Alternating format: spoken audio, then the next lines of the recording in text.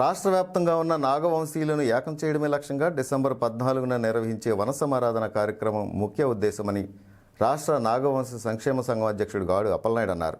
భీమిలి పరిధి వలందపేట legend layout వేదికగా ఏర్పాటు చేసిన నాగవంశ కుల పెద్దలతో నిర్వహించిన ఈ సమావేశంలో ఆయన పాల్గొని మాట్లాడారు.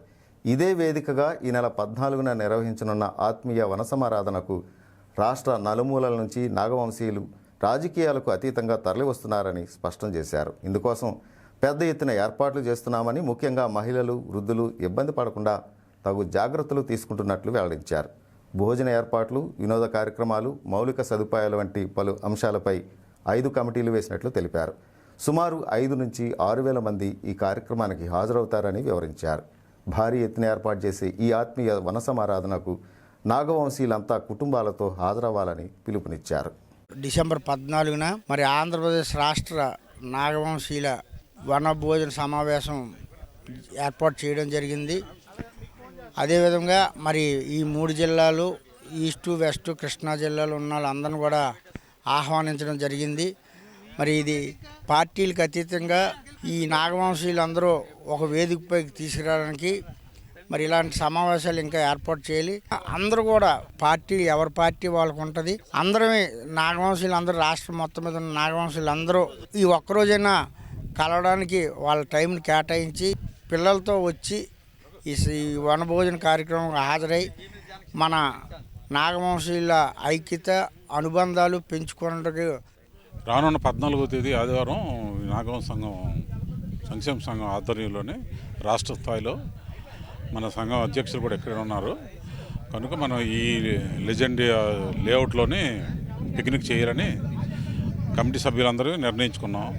దీనికి ఒక 5 కమిటీల కింద అనేసి మొట్టమొదటిసారిగా అనుకుంటున్నాం.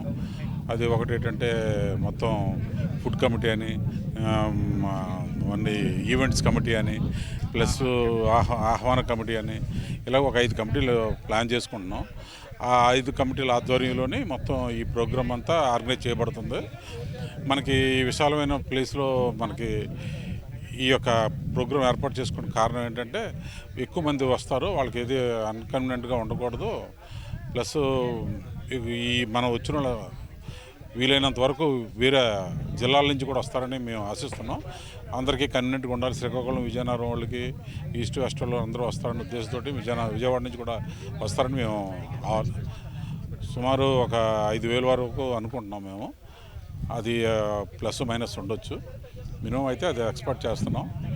ఈ విషయంలోని పూర్తిగా మా స్టేట్ అసోసియేషను, జిల్లా అసోసియేషను, ఈ లోకల్ బాడీస్ అన్నీ కూడా కలెక్టివ్గా చేయడానికి ఈ ప్రోగ్రాం నిర్ణయించుకున్నాం. ముందస్తుగా ఆ ఏర్పాట్ల కోసం ఈరోజు ఈ సన్నాహక సమావేశం ఏర్పాటు చేసుకోవడం జరిగింది. ఈ యొక్క సమావేశం ముఖ్య ఉద్దేశం ఏంటంటే పార్టీలకు అతీతంగా, అది తెలుగుదేశం, జనసేన, బీజేపీ, కాంగ్రెస్, ఏ పార్టీ వాళ్ళైనా సరే అందరూ స్వచ్ఛందంగా పాల్గొని మన కమ్యూనిటీ డెవలప్మెంట్ కోసం ఫ్యూచర్లో మన కమ్యూనిటీకి ఏ విధంగా ప్రభుత్వ సహకారం కానీ ఇతర పెద్దల సహకారం తీసుకోవాలని ఇవన్నీ కూడా చర్చించుకోవడం జరుగుతుంది. దీనికంటూ మనకి ప్రత్యేకంగా ఒక సమావేశం ఏర్పాటు చేసుకోకుండా ఈ పిక్నిక్ సందర్భంగానూ అందరూ గ్యాదర్ అయ్యి దాని మీద నిర్ణయాలు కూడా తీసుకోవడం జరుగుతుంది. ఏదైనా సరే ఆ పిక్నిక్లోనే మా యొక్క అందరి అభిప్రాయాలు సేకరించి దాని తద్వనంగా మన యొక్క కమ్యూనిటీ అభివృద్ధి కోసం ఏం చేయాలి, ఫ్యూచర్ ప్రణాళిక కూడా మనం నిర్ణయించుకోవడం జరుగుతుంది. అయితే పర్టికులర్గా చెప్పాల్సిందంటే ఇది ఎట్టి పరిస్థితులు కూడా పార్టీలకు అతీతంగా జరుగుతుంది. అలాగే జరగాలని ఇంతకుముందు కూడా అలాగే జరిగింది, అలాగే జరుగుతుందని ఖచ్చితంగా చెప్పగలం. ఈ సందర్భంగా అందరికీ తెలియజేసింది ఏంటంటే మీరందరూ స్వచ్ఛందంగా పాల్గొనండి, దిగ్విజయం చేయండి.